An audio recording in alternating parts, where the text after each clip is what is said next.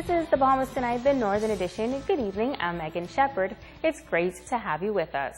Topping news this evening, the largest employer in the private sector on Grand Bahama, recognizing the hard work and long service of a number of employees throughout its group of companies. The award ceremony was held at the Grand Lucayan Resort on Monday evening. Sabrina Brown has that report. 58 employees of the Hutchison Group of Companies were honored for 10 to 25 years of dedicated service to the Freeport Container Port, the Freeport Harbor Company, the Grand Bahama Airport Company, and Grand Lucayan Bahamas. Minister of Labor and National Insurance Shane Gibson applauded the conglomerate for maintaining its stake as a major player in Grand Bahama's economy.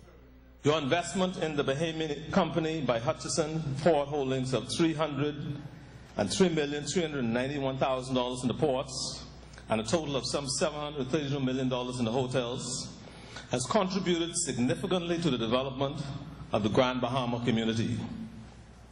The government of the Bahamas looks forward to continuing to partner with your organization as we focus on re-energizing and revitalizing the economy of Grand Bahama.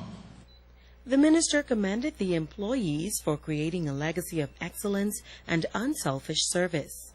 There are those among you honorees who are trailblazers in this organization, which has had to develop new skills and techniques in a new environment of Freeport, Grand Bahama.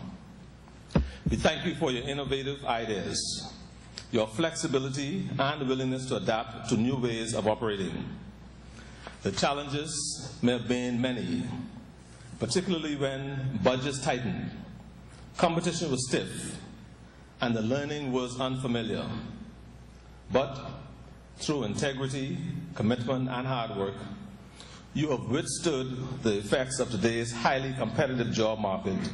Gibson noted that Hutchison will be the benchmark for future international and regional developments, and he encouraged the workers to continue to expand their knowledge and skills in this highly competitive global environment. Technology is progressing at an exponential rate, and new careers are developing every day. Younger people work faster in newer ways. Workers, therefore, must continually find ways to become more relevant, to remain on the cutting edge, and to find ways to integrate workflow processes for greater efficiency, working smarter and harder. The national training program will be launched on Grand Bahama early next year, and the minister told the workers that this initiative will be significant for the island. I take this opportunity to mention the National Training Agency, that the National Training Agency is expected very shortly to commence discussions with a major industrial player in Freeport with regard to forming a private-public sector partnership for training young Grand Bahamians. Sabrina Brown, ZNS Network News. Troubles on the high seas today as the local fast ferry encountered several challenges leaving from Fort Lauderdale's port. Tonight, frustrated passengers share their experience on the Valeria, their 4-hour delay, and the lack of communication on board. Shishina Rowe reports. It is an experience that residents and tourists alike say they will never forget. As the Valeria sailed into the harbor, passengers say they prayed to touch land. The ship was set to sail around 8 a.m. but never left Fort Lauderdale's harbor until hours later. Officials report that there were a number of reasons for the delay, including inclement weather and rough seas. Seas passengers say reached up to 10 feet high. I had a rough time with the motion sickness. I didn't pay attention to what they said about taking the pills beforehand, and had a little trouble going to the restroom. I have some bruises from being inside the toilet. Half the people on the boat were seasick, about half, and everyone was pretty much in for a rough ride. That's like one of the worst experiences I ever experienced on a boat. If I go back on the boat right now, it ain't gonna be, trust me, it ain't gonna be no time soon. And it was rocky. They take long. I was out there from like, what, 6 o'clock? It take like 11 o'clock to leave. Apart from rough seas, passengers say what was most disturbing is the little information they received from crew members on board. What was so hurtful about it is the fact that no one said anything, and we were in suspense. They only said this. They said that if we chose to disembark, then we can call the headquarters of Valeria, the 1-800 number, and working out with them.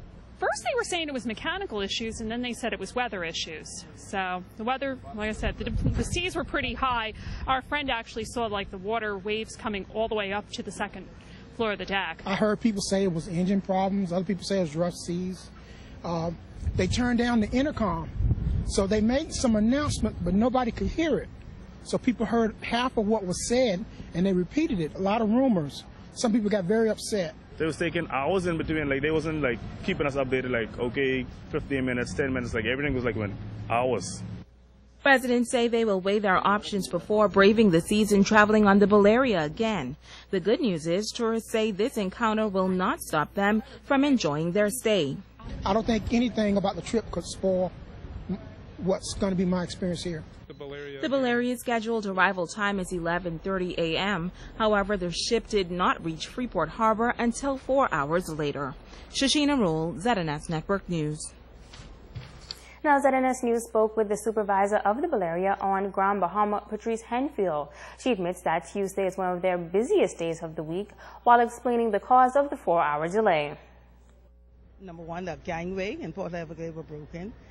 And another thing, the weather had a major factor, which Valeria is quite sure in their passenger safety, so there was a precaution on that. And finally, we had an unseen technical problem, which caused our ship to sail after 10:30 this morning due to we were waiting on our chief engineer to board the vessel. As soon as he board, we disembark all of our transit passengers, those passengers who would have visited the island for a day. Due to 2 who really came and wanted to see our island, they still came on board. She gives this advice to passengers who traveled with the ship today and apologized for the lack of communication on board. We always try and tell them customer service is our main factor. And over on that side, you have a few language barrier problem, but that still doesn't give a fuck. So we try and tell them. So we say, relating to a customer and letting a customer see your face is a mere factor that they will be satisfied to know that something is going on.